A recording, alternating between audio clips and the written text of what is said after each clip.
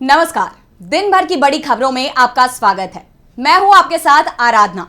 आज इस बुलेटिन में बात होगी लोकसभा चुनाव के लिए कांग्रेस के घोषणा पत्र की, पीएम मोदी पर कांग्रेस अध्यक्ष खड़गे के निशाने की, देखेंगे बिहार में मजबूत होते इंडिया गठबंधन को, मनीष सिसोदिया के जेल से लिखे पत्र को, जानेंगे पीएम मोदी के राजस्थान के चुरू रैली में क्या किया ऐलान, बात यूपी मदरसा एक्ट पर सुप्रीम कोर्ट के अहम फैसले की, और बुलेटिन के आखिर में बात सहयोगियों के खिलाफ बीजेपी के नेता के बर्ताव की। लेकिन तमाम बड़ी खबरों से पहले एक नजर सुर्खियों पर। तेलंगाना के पूर्व सीएम केसीआर की बेटी और बीआरएस नेता के कविता से कथित शराब घोटाले मामले में सीबीआई करेगी पूछताछ। कोर्ट से मिली परमिशन, जेल अधिकारियों को एक दिन पहले देना होगा नोटिस। आप सांसद संजय सिंह ने बीजेपी पर लगाए गंभीर आरोप, मुख्यमंत्री अरविंद केजरीवाल की गिरफ्तारी को बताया गहरी साजिश, कहा शराब घोटाले में बीजेपी का शीर्ष नेतृत्व शामिल। 6 साल बाद जेल से बाहर आएंगी दलित activist Shoma Sen, supreme court ने दी जमानत। सेन को भीमा कोरेगांव मामले में किया गया था गिरफ्तार। कोर्ट में एनआईए ने कहा कि सेन की रिहाई से उसे आपत्ति नहीं। शेयर बाजार में सीमित दायरे में हुआ कारोबार, 20 अंकों की बढ़त के साथ 74,248 पर बंद हुआ सेंसेक्स, जबकि 1 अंक की गिरावट के साथ 22,513 पर बंद हुआ निफ्टी। सुर्खियों के बाद अब बात आज की सबसे बड़ी खबर की। लोकसभा चुनाव की बढ़ती सरगर्मियों के बीच कांग्रेस ने अपना घोषणा पत्र जारी कर दिया है। कांग्रेस की 5 न्याय और 25 गारंटी पर आधारित इस घोषणा पत्र में महिलाओं, युवाओं को रोजगार, किसानों के लिए एमएसपी कानून सहित कई बड़ी घोषणा की गई है। तो क्या है कांग्रेस के इस घोषणा पत्र में, देखिए ये रिपोर्ट। लोकसभा चुनाव के लिए कांग्रेस ने शुक्रवार को अपना घोषणा पत्र जारी किया। इस घोषणा पत्र को पार्टी अध्यक्ष मल्लिकार्जुन खड़गे और पूर्व अध्यक्ष सोनिया गांधी और राहुल गांधी ने जारी किया, जिसे न्याय पत्र का नाम दिया गया। ये घोषणा पत्र 5 न्याय और 25 गारंटी पर आधारित है। मल्लिकार्जुन खड़गे ने कहा कि कांग्रेस का घोषणा पत्र काम, धन और कल्याण इन 3 शब्दों पर आधारित है। काम का मतलब आपको नौकरी देना। बता दें कि इस घोषणा पत्र में कांग्रेस ने क्या क्या किए हैं वादे। लद्दाख में यथास्थिति बनाए रखने पर जोर दिया जाएगा। महिलाओं को सरकारी नौकरी में 50% आरक्षण देने के लिए संविधान में संशोधन। पीएसयू और सरकारी नौकरियों में कॉन्ट्रैक्चुअल नौकरियों को खत्म कर स्थायी करेंगे। निजी शिक्षा संस्थाओं में SC, ST, OBC वर्ग को आरक्षण देंगे।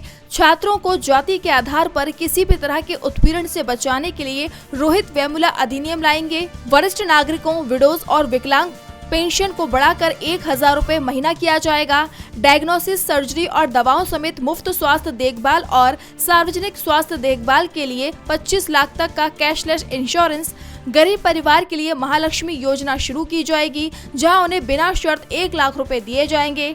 एक राष्ट्रव्यापी सामाजिक, आर्थिक और जाति जनगणना कराई जाएगी, जिसमें जातियों और उपजातियों और उनकी सामाजिक आर्थिक स्थितियों के बारे में जानकारी मिल सके। इसके साथ ही SC, ST और OBC के लिए आरक्षण की सीमा 50% बढ़ाई जाएगी और उनको पूरा हक दिया जाएगा। ST, SC और OBC के लिए 1 साल के भीतर आरक्षित पदों की सभी बैकलॉग रिक्तियों पर भी भर्ती की जाएगी। युवाओं को 40 लाख सरकारी नौकरियां दी जाएंगी। पेपर लीक रोकने के लिए नए कानून और नीतियां बनाई जाएंगी। आंगनबाड़ी वर्कर्स, आशा कार्यकर्ताओं और मिड डे मील वर्कर्स की सैलरी बढ़ाई जाएगी। कामकाजी महिलाओं के लिए 2 गुने हॉस्टल बनाए जाएंगे।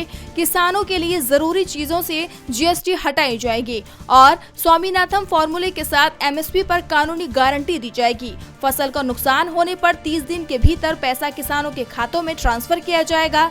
मजदूरों की दैनिक मजदूरी को बढ़ाकर 400 रुपए किया जाएगा। इसे मनरेगा में भी लागू किया जाएगा। मनरेगा जैसी नई पॉलिसी शहरी इलाकों के लिए भी लाई जाएगी। असंगठित क्षेत्रों में काम करने वाले मजदूरों के लिए लाइफ और एक्सीडेंटल इंश्योरेंस दिए जाएंगे। संवैधानिक संशोधन में 50% की सीमा को खत्म किया जाएगा। SC, ST और OBC छात्रों के लिए खासकर हायर एजुकेशन के लिए स्कॉलरशिप की राशि बढ़ाकर 2 गुनी की जाएगी। वहीं PhD में भी स्कॉलरशिप 2 गुनी की जाएगी। विदेश में पढ़ाई के लिए भी मदद की जाएगी। एक तरफ कांग्रेस ने जनता के सामने अपने वादे पेश किए हैं, तो दूसरी तरफ कांग्रेस अध्यक्ष मल्लिकार्जुन खड़गे ने मोदी राज में देश की सुरक्षा को लेकर सवाल खड़े कर दिए हैं। पीएम मोदी पर निशाना साधते हुए खड़गे ने कहा कि पीएम मोदी देश के बारे में नहीं सोचते और गांधी परिवार को गाली देने में व्यस्त है। उन्हें देश की सुरक्षा की चिंता नहीं है। और क्या कहा खड़गे ने, देखिए ये रिपोर्ट। देश में चुनावी पारा हाई है। सभी पार्टियां जनता को लुभाने के लिए वायदे कर रही हैं।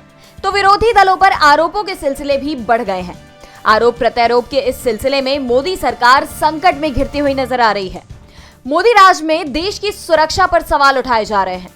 कांग्रेस अध्यक्ष मल्लिकार्जुन खड़गे ने मोदी सरकार पर हमला बोलते हुए कहा कि पीएम मोदी देश के बारे में नहीं सोचते और गांधी परिवार को गाली देने में व्यस्त है, जिसके सदस्यों ने देश के लिए अपनी जान दे दी। दरअसल भारत चीन के बीच सीमाओं को लेकर विवाद बढ़ता जा रहा है और हाल ही में चीनी नागरिक मामलों के मंत्रालय ने जांगनान में नामों की चौथी सूची जारी की है।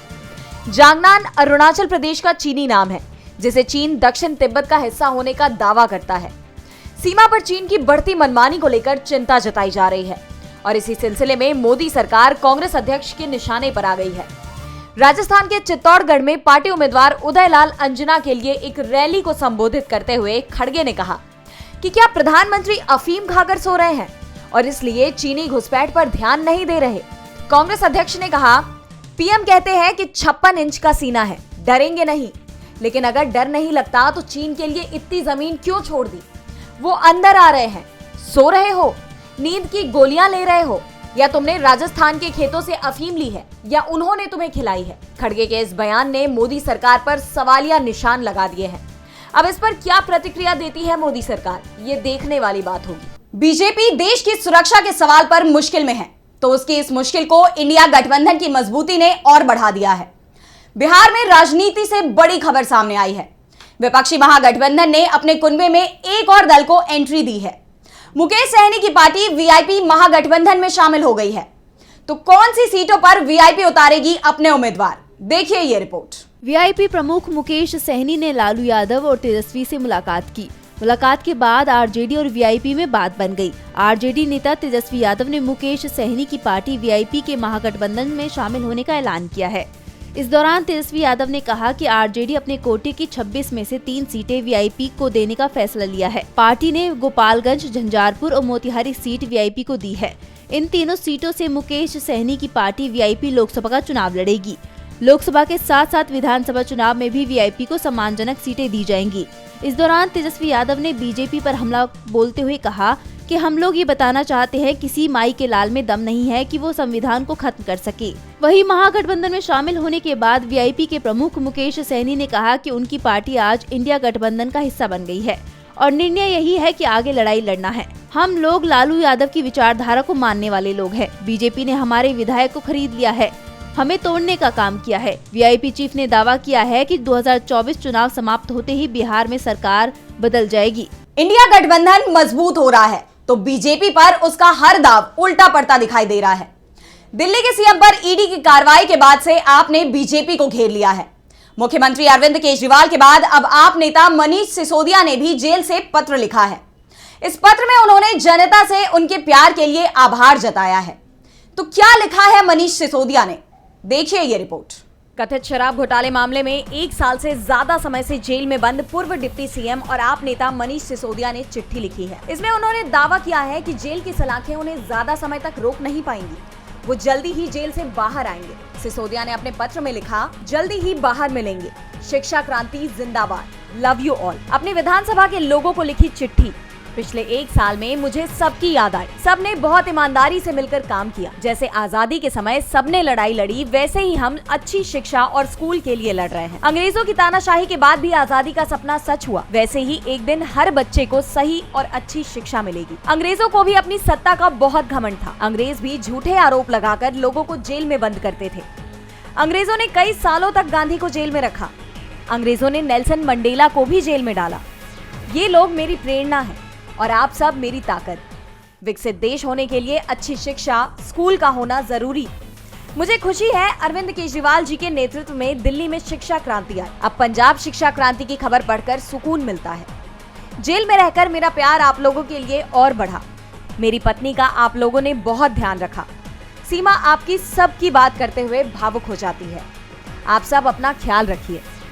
अपने इस खत में मनीष सिसोदिया ने जल्दी ही जेल से बाहर आने का दावा किया है। आपको बता दें, बीते मंगलवार को सुप्रीम कोर्ट ने इसी मामले में गिरफ्तार आप नेता संजय सिंह को जमानत दे दी, जिसके बाद संजय सिंह रिहा हो गए। तो क्या अब मनीष सिसोदिया को भी बड़ी राहत मिलने वाली है? क्या वो जेल से बाहर आने वाले हैं? अब ये आने वाला वक्त बताएगा। विपक्ष ने इस बार बीजेपी की जबरदस्त घेराबंदी कर दी है और इसी के चलते पीएम मोदी को अब ताबड़तोड़ रैलियां करनी पड़ रही है। पहले वो 400 पार का नारा दे रहे थे, लेकिन अब हालात मुश्किल दिखाई दे रहे हैं। पीएम आज राजस्थान पहुंचे, जहां उन्होंने एक बार फिर पिछली सरकार को असफल बताया। और क्या कहा पीएम ने, देखिए ये रिपोर्ट। लोकसभा चुनाव के प्रचार का शोर तेज हो गया है। बीजेपी के सबसे बड़े स्टार प्रचारक नरेंद्र मोदी ने पार्टी के लिए चुनाव प्रचार की कमान संभाल रखी है। शुक्रवार को वो राजस्थान के चुरू पहुंचे और जनसभा में उन्होंने दावा करते हुए कहा कि बीजेपी जो कहती है वो पूरा करती है, दूसरी पार्टियों की तरह घोषणा पत्र जारी नहीं करती है। हम तो संकल्प पत्र लेकर आते हैं। पीएम मोदी ने कहा 3 तलाक से मुस्लिम बेटियों के सिर पर तलवार लटकती रहती थी, इसे हटाकर मोदी ने हर मुस्लिम परिवार की रक्षा की है। पीएम मोदी ने कांग्रेस पर हमला करते हुए कहा कि घोटाले के कारण देश की अर्थव्यवस्था चरमरा गई थी। पहले गरीब का पैसा सरकार में बैठे लोग खा जाते थे। 10 साल पहले देश में अराजकता की स्थिति थी, हमारी सरकार ने इसे सही किया है। उन्होंने आगे कहा कि बीते 10 साल में हमने कई काम किए हैं, लेकिन ये बहुत कम है। अभी तो जो भी हुआ है वो ट्रेलर है। पीएम मोदी ने कहा कि हमें देश को बहुत आगे लेकर जाना है। प्रधानमंत्री ने राम मंदिर, भ्रष्टाचार और परिवारवाद पर कांग्रेस व विरोधियों को घेरा। पीएम ने कहा कि कांग्रेस ने तो राम मंदिर पर एडवाइजरी जारी की है, अपने लोगों से मुंह पर ताला लगाने को कहा है। उन्हें लगता है कि भगवान राम पर कुछ बोला तो कहीं राम राम न हो जाए। मोदी ने कहा कि कांग्रेस के एक सांसद के घर से 300 करोड़ रुपए मिले हैं और क्या क्या होगा वो अभी बाकी है। ईडी ने 10 साल में भ्रष्टाचारियों से 1 लाख करोड़ रुपए से ज्यादा की संपत्ति जब्त की है।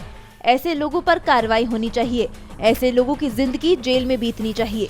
पीएम ने अपनी सरकार की तमाम उपलब्धियों को गिना दिया, लेकिन देश की समस्याओं के समाधान पर एक शब्द नहीं कहा। मोदी सरकार भले ही समस्या पर चुप्पी साधे रही, लेकिन सुप्रीम कोर्ट ने जरूर 17 लाख मुस्लिम छात्रों को राहत दे दी है। कोर्ट ने यूपी मदरसा एक्ट 2004 मामले में इलाहाबाद हाईकोर्ट के फैसले पर रोक लगा दी है, जिसमें इस एक्ट को असंवैधानिक करार दिया गया था। तो क्या कहा कोर्ट ने अपने फैसले में, देखिए ये रिपोर्ट। सुप्रीम कोर्ट ने उत्तर प्रदेश के 25,000 मदरसों के 17 लाख छात्रों को बड़ी राहत देते हुए कोर्ट ने यूपी मदरसा एक्ट 2004 मामले में इलाहाबाद हाईकोर्ट के फैसले पर रोक लगा दी है। सर्वोच्च न्यायालय ने इलाहाबाद हाईकोर्ट के उस फैसले पर अंतरिम रोक लगाई है जिसमें इस एक्ट को असंवैधानिक करार दिया गया था। बता दें कि हाईकोर्ट ने अपने आदेश में UP board of Madrasa education act 2004 को असंवैधानिक बताया था। सुप्रीम कोर्ट ने कहा कि इलाहाबाद हाईकोर्ट का ये कहना कि मदरसा बोर्ड संविधान के धर्मनिरपेक्ष सिद्धांत का उल्लंघन करता है, ये ठीक नहीं है। सुप्रीम कोर्ट ने इसके साथ ही मदरसा बोर्ड के 17 लाख छात्रों और 10,000 अध्यापकों को अन्य स्कूलों में समायोजित करने की प्रक्रिया पर रोक लगा दी है। मुख्य न्यायाधीश DY Chandrachud, justice JB Pardiwala और जस्टिस मनोज मिश्रा की पीठ ने इस मामले में केंद्र सरकार और उत्तर प्रदेश सरकार को नोटिस भी जारी किया है। शुक्रवार को हुई सुप्रीम कोर्ट में सुनवाई के दौरान कोर्ट ने यूपी सरकार से पूछा कि क्या हम ये मान लें कि राज्य ने हाई कोर्ट में कानून का बचाव किया, जिस पर उत्तर प्रदेश सरकार की तरफ से ASG KM नटराज ने कहा कि हमने हाई कोर्ट में इसका बचाव किया था, लेकिन हाई कोर्ट के कानून को रद्द करने के बाद हमने फैसले को स्वीकार कर लिया है। जब राज्य ने फैसले को स्वीकार कर लिया तो राज्य पर अब कानून का खर्च वहन करने का बोझ नहीं डाला जा सकता, जिस पर यूपी मदरसा बोर्ड की तरफ से सीनियर एडवोकेट अभिषेक मनु सिंघवी ने कहा कि हाईकोर्ट का अधिकार नहीं बनता कि वो इस एक्ट को रद्द करे। इस फैसले से राज्य में चल रहे करीब 25,000 मदरसे में पढ़ने वाले 17 लाख छात्र प्रभावित हुए हैं। बता दें कि अंशुमन सिंह राठौड़ नामक एक वकील ने यूपी मदरसा कानून की संवैधानिकता को चुनौती देते हुए हाईकोर्ट में याचिका दायर की थी, जिस पर हाईकोर्ट ने मदरसा कानून को असंवैधानिक बताते हुए इसे खत्म करने का आदेश दिया था। और बुलेटिन के आखिर में बात बीजेपी पर उठ रहे सवालों की। एक तरफ पीएम मोदी और बीजेपी के दूसरे नेता दावा करते हैं कि उनकी पार्टी में कोई भेदभाव नहीं किया जाता, सभी को एक जैसा ही ट्रीट किया जाता है। लेकिन इस समय एक वीडियो सोशल मीडिया पर वायरल हो रहा है जो मोदी सरकार के इन दावों की पोल खोल रहा है। तो क्या है पूरा मामला, जानने के लिए देखिए ये रिपोर्ट। लोकसभा चुनावों के मतदान के लिए अब बस 14 दिन का समय बचा है। इसी क्रम में बीजेपी लगातार जनसंपर्क कर जनता के बीच अच्छी छवि बना रही है, लेकिन बीजेपी के मंत्री हैं कि उनके किए कराए पर पानी फेर देते हैं और इस बार ये काम यूपी के डिप्टी CM ब्रजेश पाठक ने किया है।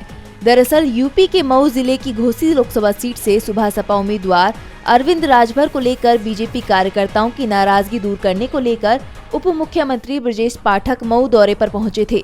यहां उन्होंने बीजेपी कार्यकर्ताओं के सामने अरविंद राजभर को सिर झुकाकर नीचे बैठाकर माफी मंगवाई, जिसका वीडियो भी सामने आया है, जिसमें पाठक अरविंद को कहते दिख रहे हैं कि आधा झुको फिर मुंह भी नीचे झुकाओ। उनके आदेश का पालन करते हुए अरविंद राजभर ऐसा ही करते हैं और वहां मौजूद लोगों का आशीर्वाद लेते हैं। इसके बाद उप मुख्यमंत्री ब्रजेश पाठक कार्यकर्ताओं से पूछते हैं कि अब ठीक है ना। इस पर सभी ने हाँ में जवाब दिया। इस दौरान सभी प्रसन्न दिखे और जय श्री राम के नारे भी लगाए। वहीं ये वीडियो अब सोशल मीडिया पर वायरल हो रहा है, जिस पर लोगों ने प्रतिक्रिया देते हुए बीजेपी पर जातिवाद का आरोप लगाया है, क्योंकि राजभर अति पिछड़े वर्ग में आते हैं तो बीजेपी उनको नीचा दिखा रही है। तो वहीं अखिलेश यादव ने इसे राजभर समाज का अपमान बताया है। उन्होंने ट्वीट कर भाजपा को इस कृत्य के लिए माफी मांगने के लिए कहा है। तो आज इस बुलेटिन में इतना ही। देखते रहिए DB लाइव। नमस्कार।